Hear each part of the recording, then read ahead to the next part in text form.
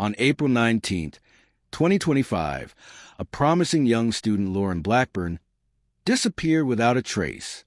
The last time anyone saw her, she was walking alone near Princeton University's iconic Firestone Library, her future ahead of her. Days passed, and the search for Lauren intensified. But just as hope was beginning to fade, a discovery would send shockwaves through the tight-knit community. Lauren's body was found in Lake Carnegie, nearly a week after she vanished. But how did she end up there? Was it an accident or something more sinister? This is the story of Lauren Blackburn's mysterious disappearance and the unanswered questions that still haunt those who loved her.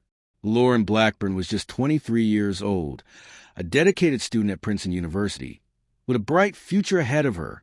A student of psychology, Lauren was admired by her professors and peers for her intelligence, her empathy, and her passion for helping others. She was a fixture on campus, known for her smile, her kindness, and her unshakable determination. But in the blink of an eye, Lauren vanished. It was April 19th, 2025, a crisp spring day in New Jersey. Lauren had spent the morning in a library study session, something she often did when preparing for upcoming exams. Afterward, she walked out of Firestone Library, a familiar building that had witnessed countless moments of her academic journey. What happened next remains a mystery. Her friends and family knew something was wrong when they hadn't heard from her by the evening.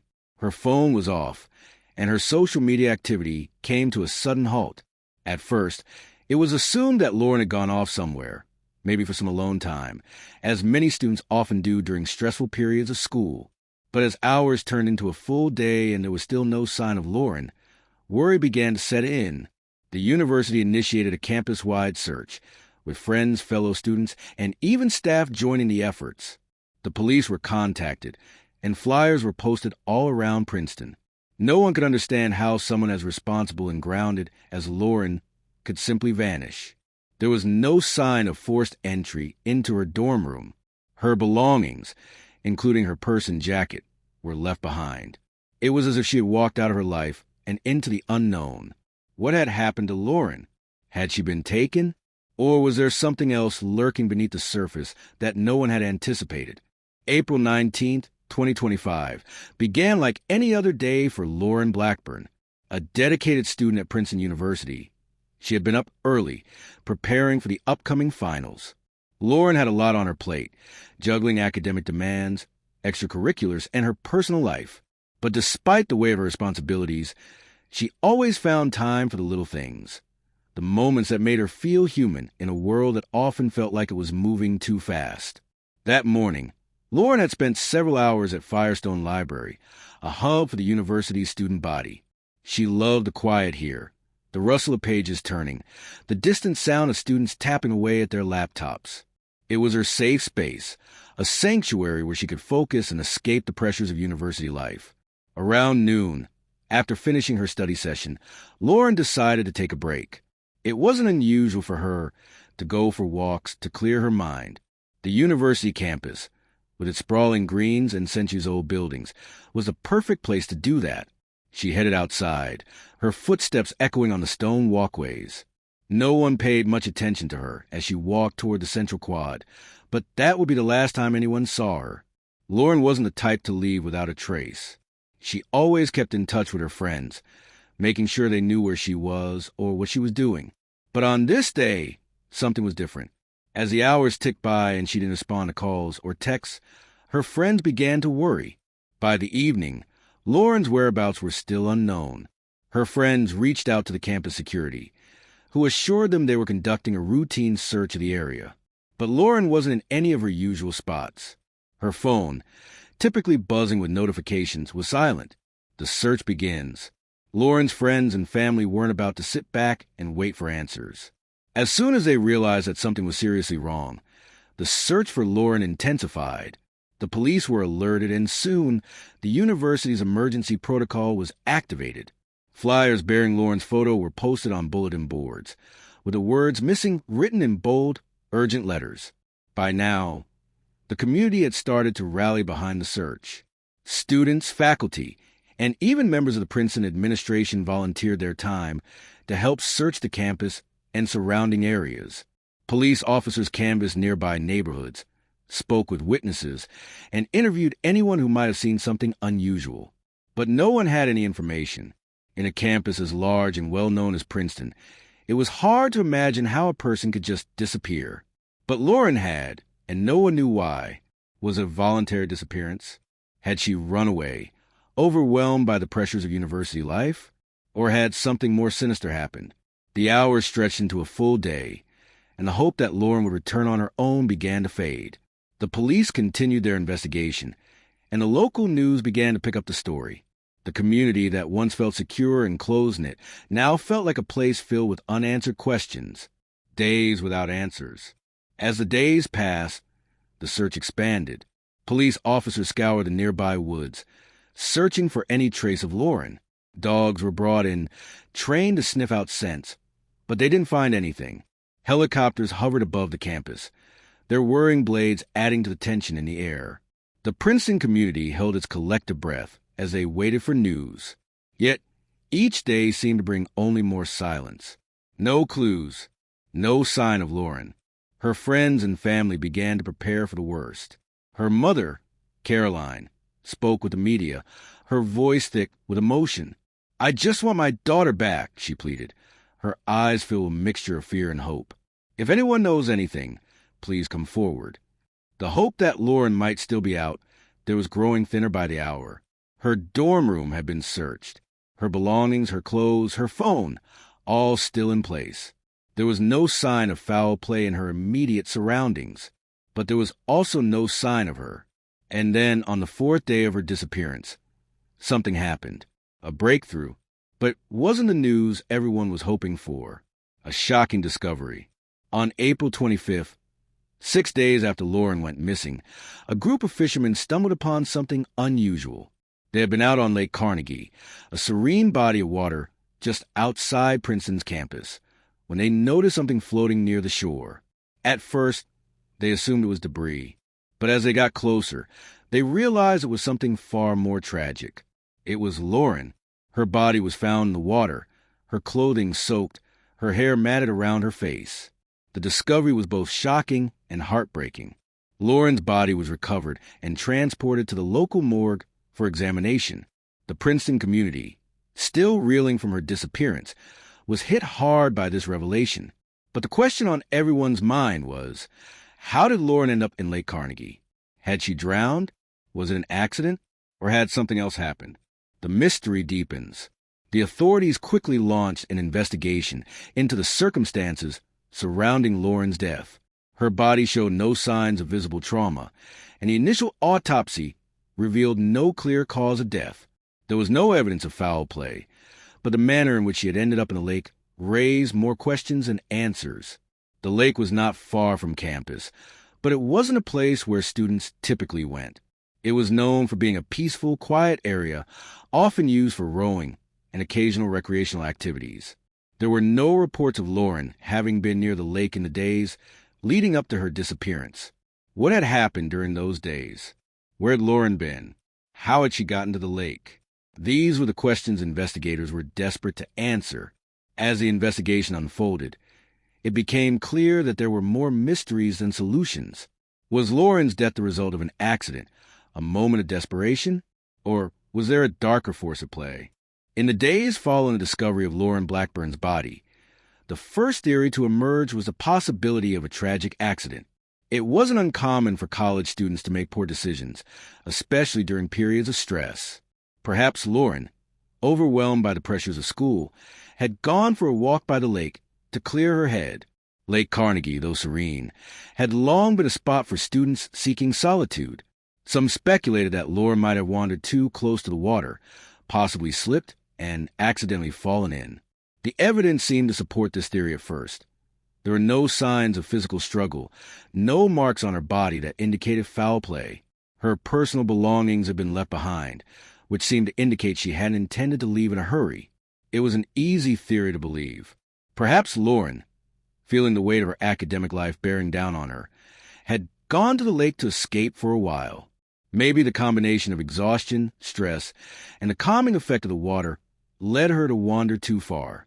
Some of her friends and family even wondered if she had experienced some sort of mental breakdown in those final hours. An overwhelming moment where the burden of her world became too heavy to bear. But as the investigation unfolded, there were pieces of evidence that didn't quite add up. Theory 2, a struggle with mental health.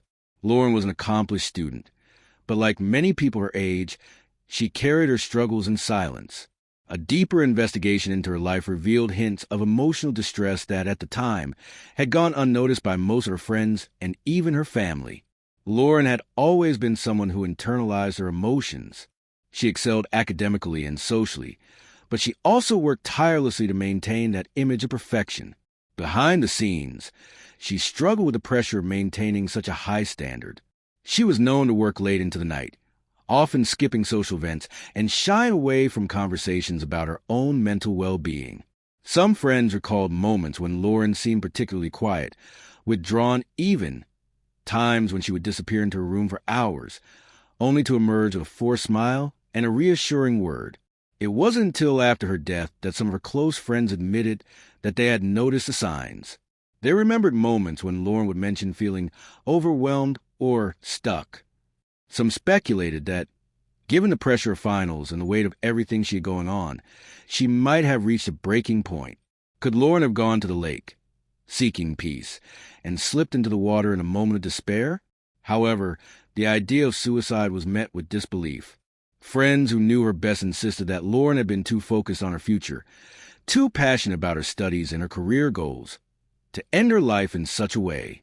Moreover, there were no clear signs of self-harm or anything that might suggest an intentional act. So, why was she found alone in the water? The investigation into Lauren's mental health history, though sensitive, was thorough. It was revealed that she had occasionally struggled with anxiety and bouts of depression, but she had never been diagnosed with any severe condition. Had she kept her mental health struggles hidden so well that no one had noticed the extent of her pain?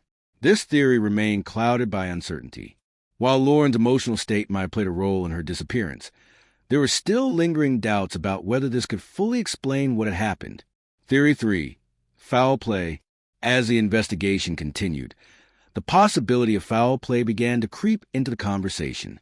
Friends and family who knew Lauren best were adamant that she wasn't someone who would just wander off, especially not without telling anyone.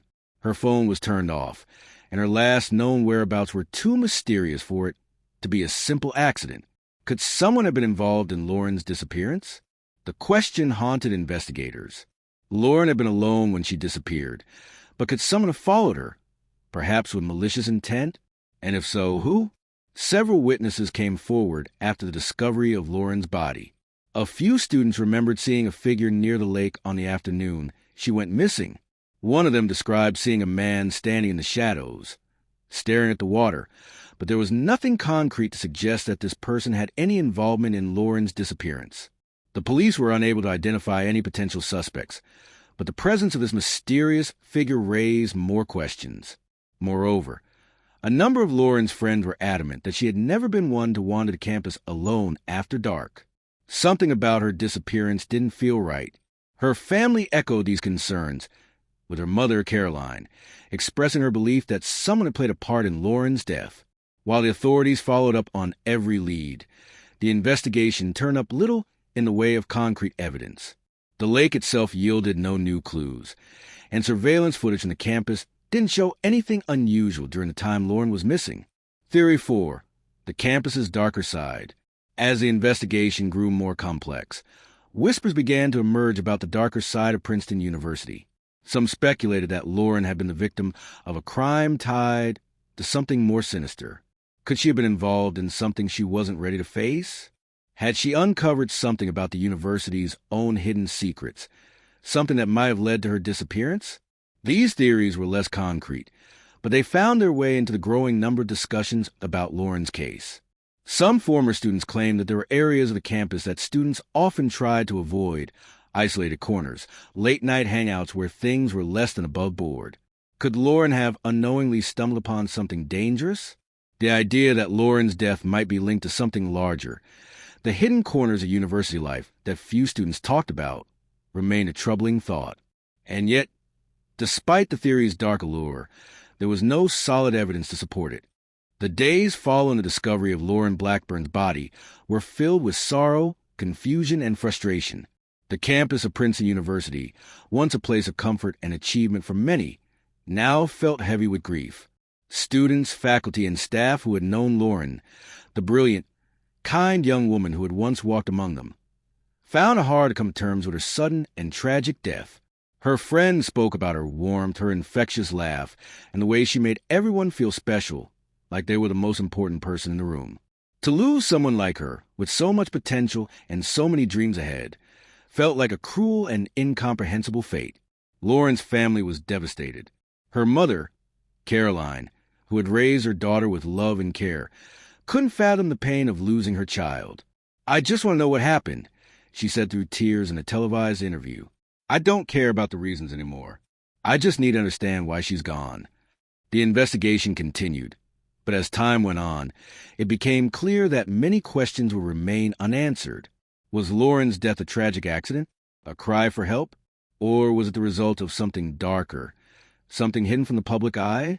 The unanswered questions, despite the intense search, the dedicated investigation, and the emotional toll it took on everyone involved, Lauren's death still held mysteries that no one could solve.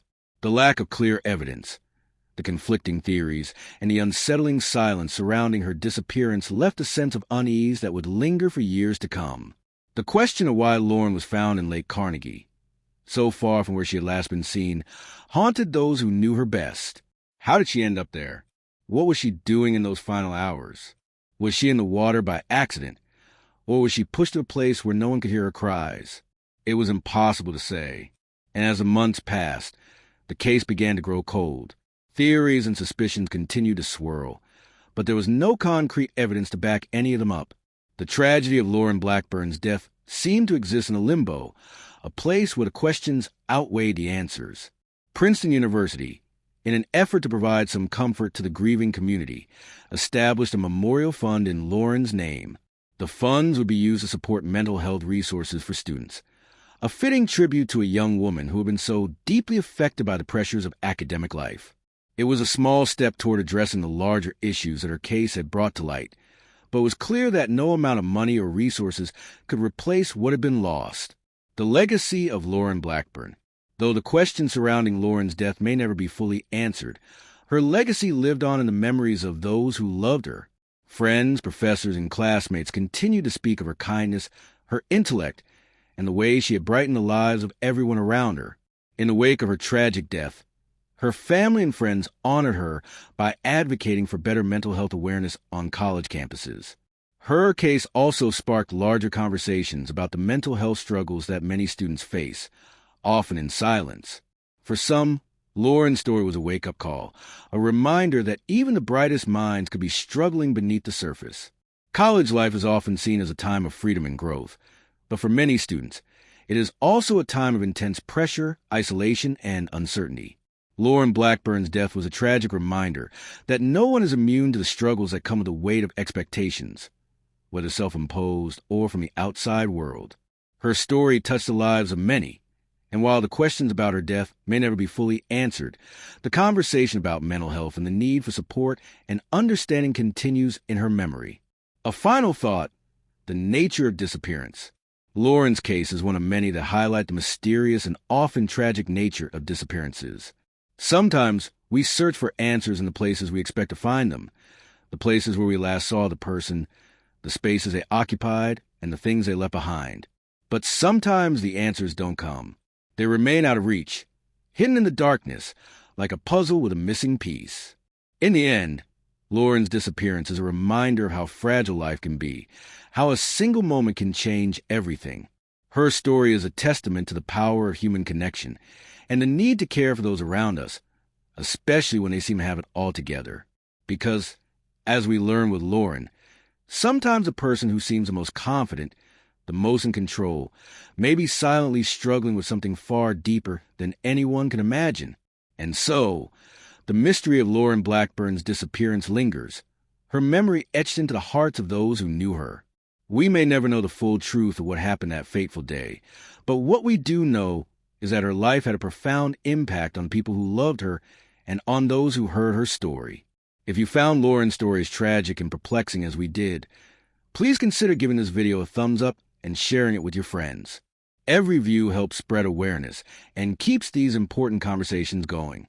If you have any thoughts, theories, or additional information about Lauren's case or any other missing person stories, drop a comment below. We'd love to hear your thoughts. And if you want to stay updated on more true crime mysteries, make sure to hit that subscribe button and ring the bell to get notified every time we post new content. Let's continue to keep these stories alive, because the truth is out there and every voice counts.